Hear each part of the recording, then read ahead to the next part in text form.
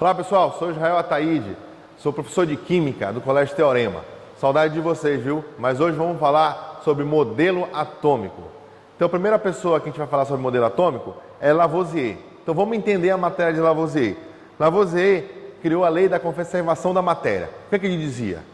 Por exemplo, que um carbono mais O2, oxigênio, é igual a CO2. Então ele defendia isso aí. Lembra que ele sempre dizia, nada se perde, nada se cria, tudo se transforma. Então, se você tivesse 3 gramas de carbono mais 8 gramas de O2, você teria 11 gramas de CO2. Então, ele sempre defendeu esse tipo de conservação da matéria. Depois dele, veio Proust, que completou essa teoria de Lavoisier, criando a lei de proporções definidas. O que significa? Se eu tiver 3 gramas de carbono mais 8 gramas de oxigênio, eu vou ter 11 gramas de CO2. Mas se eu duplicar, passar para 6 gramas de carbono mais 16 gramas de oxigênio, eu vou ter 22 gramas de CO2.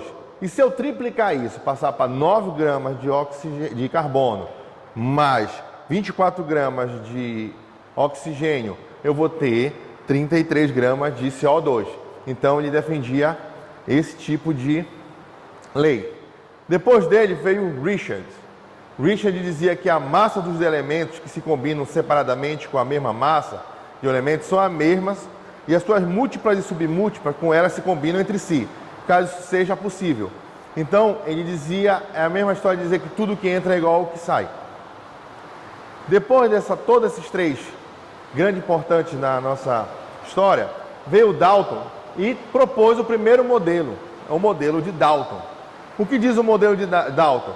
Que o átomo ele é uma esfera maciça, aonde uma substância elementar pode ser subdividida até se conseguir partículas indivisíveis chamadas átomos. Lembram que são átomos? A de não, tomos divisíveis. Então, menor partícula não divisível. Depois, os átomos de um mesmo elemento são todos idênticos. É impossível criar ou destruir um átomo de um elemento. Os átomos trocam de parceiros para produzir novas substâncias. Então, John Dalton, ele defendia essa teoria do átomo ser uma esfera maciça. Depois de Dalton, veio... tem mais. Dalton, ele por defender essa estrutura maciça, por exemplo, vamos tomar ali nosso exemplo do carbono e do oxigênio. Então, o carbono é representado por uma molécula, uma esfera verde, e o oxigênio por 2 moléculas amarelas. Não quer dizer que só estou dando um exemplo hipotético. E depois, na soma deles, pegava aquela bolinha verde e somava com as 2 bolinhas amarelas. Então, ele representava os átomos por bolinhas, esferas maciças. Depois dele, veio a teoria de Crookes. O que ele defendia? Será que o átomo mesmo é indivisível? Então, quando o Crookes veio, ele fez um invento num local transparente. Ele botou um cátodo do lado e um anodo do outro. O cátodo, vocês sabem que é negativo e o anodo é positivo. E lá, nesse local onde tinha um vácuo aparecendo, ele jogou uma carga elétrica. Porque se o átomo for uma esfera realmente, então a parte elétrica ela não vai passar. Só que quando ele ligou, e lá dentro tinha um gás, e quando ele ligou a parte elétrica, ele percebeu que a energia elétrica passou. Ela foi de um lado positivo e negativo. Ele, opa, tem energia aí. Aí o que foi que ele fez? Ele botou lá dentro um catavento. Se tiver energia passando, o catavento vai rodar. Foi o que aconteceu? Ele ligou a energia, passou e o catavento rodou. Aí ele, opa, se tem energia, então ela fez movimentar o catavento. E para completar isso mais, ele colocou uma placa positiva para ver se realmente essas moléculas de energia se movimentavam. E quando ele colocou a placa positiva, ele percebeu que no lugar dele a energia ir totalmente para o anodo, ela subiu. Logo ele falou, opa, temos carga lá dentro. Então, se tem carga lá dentro, quebrou-se a teoria A primeira é a teoria de Dalton, que a molécula ela era um átomo neutro de uma massa só, uma esfera maciça. Então ela tem algo lá dentro. Então, com isso, com essa teoria de Crookes, veio-se então a teoria de Thomson, ajudou a teoria de Thomson a criar o modelo atômico de Thomson.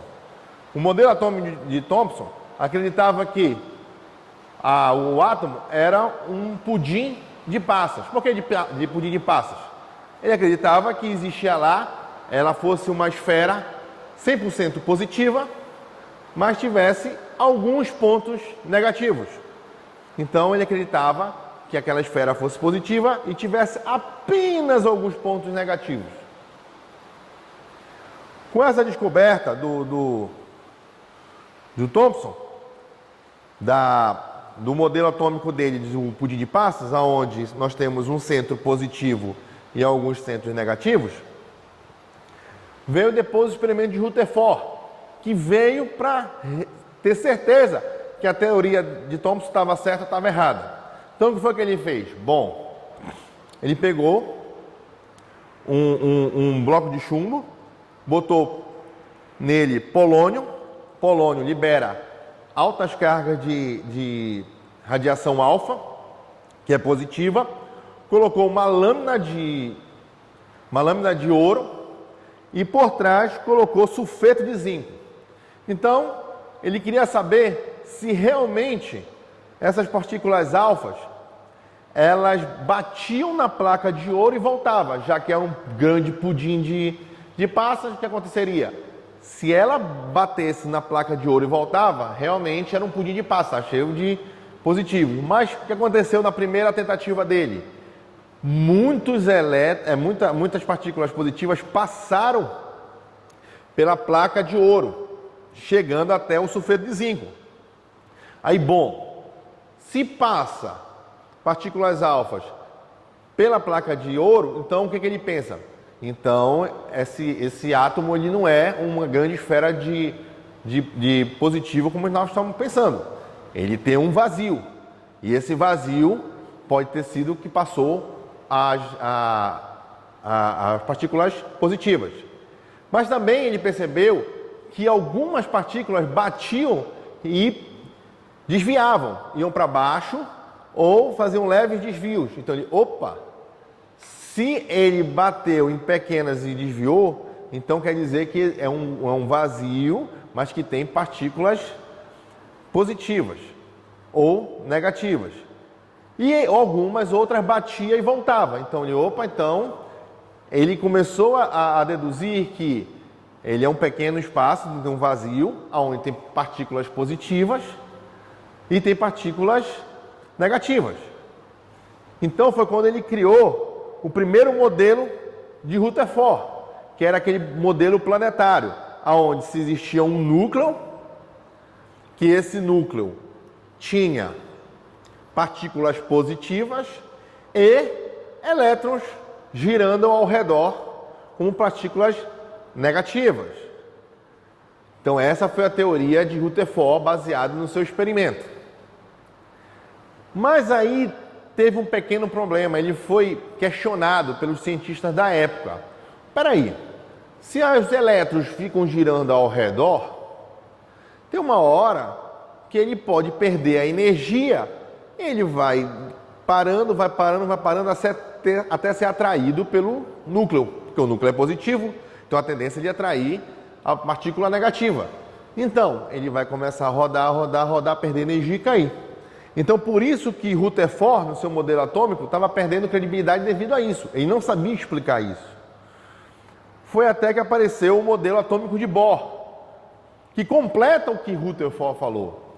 Então, por isso que muitos dizem que esse modelo é Rutherford-Bohr, porque é apenas um complemento do que Rutherford fez, ele não sabia explicar essa possibilidade, que Bohr, através de cálculos, são cálculos muito complexos, ele conseguiu provar que existe o núcleo sim, existe as partículas de elétron girando sobre esse núcleo, mas em cada núcleo, em cada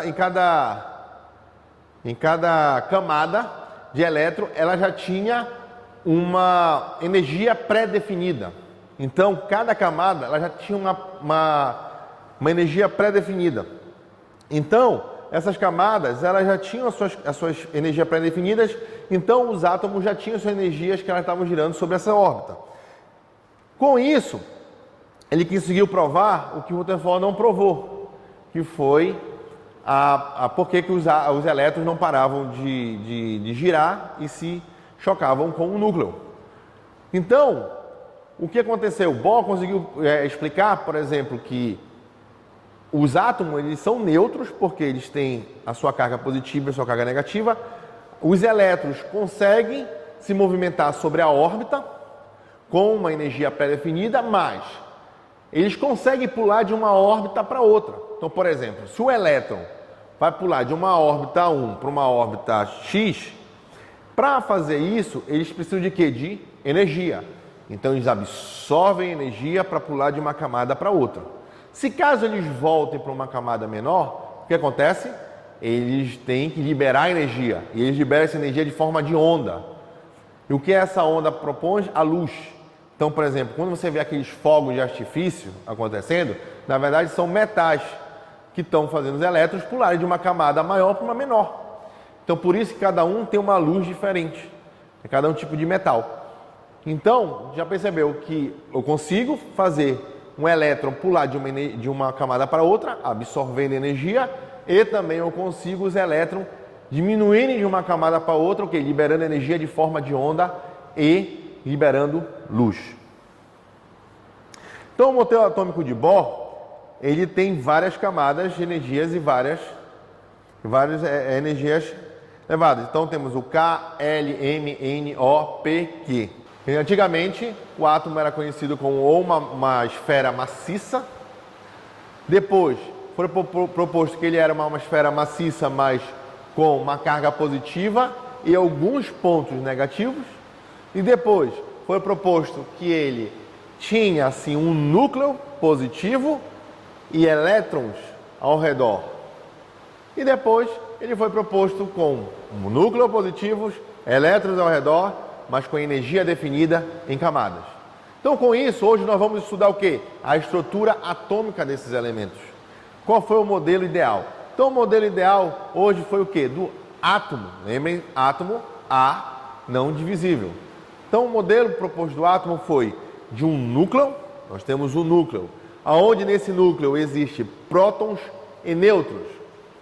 Prótons, cargas positivas, e nêutrons sem cargas. Certo? Aonde esse próton ele possui uma massa, vou botar uma massa 1 unidade, e o nêutron também tem a sua massa de 1 unidade. Certo? Então aqui é o núcleo. E os elétrons que estão ao redor. Os elétrons, eles possuem cargas negativas, mas eles possuem uma massa tão insignificante, de 1800 e pouco, que é contado como zero. Então, o elétron tem a sua massa zero, mas em compensação tem a sua carga negativa. Então, esse é o modelo criado do átomo, o modelo ideal hoje que estudamos do átomo. Para ficar bem mais ilustrativos, o elemento químico, primeiramente, ele é representado por uma letra. A letra que ele está composto lá na tabela periódica. Então, eu botei aqui um exemplo de um E grande, onde em cima está o A. O A, nós vamos colocar ele como número de massa atômica, certo? E embaixo o Z. O Z é o número atômico, certo? Não, cuidado, porque na tabela periódica, você tem, por exemplo, o sódio, vamos botar o sódio, Na. Em cima está escrito 11. E embaixo está escrito 23,002. Então, esse 11 que está em cima não é o número de massa atômica. Na verdade, esse número inteiro significa um número atômico. E embaixo, esse 23,002, que é a massa. Você pode arredondar para 23, certo? Então, só cuidado na tabela periódica e você inverte essa situação na hora que vocês forem passar para fazer o estudo atômico dele. Então vamos lá. Então, o A é o número de massa atômica, aonde eu sei que o A é a soma do quê?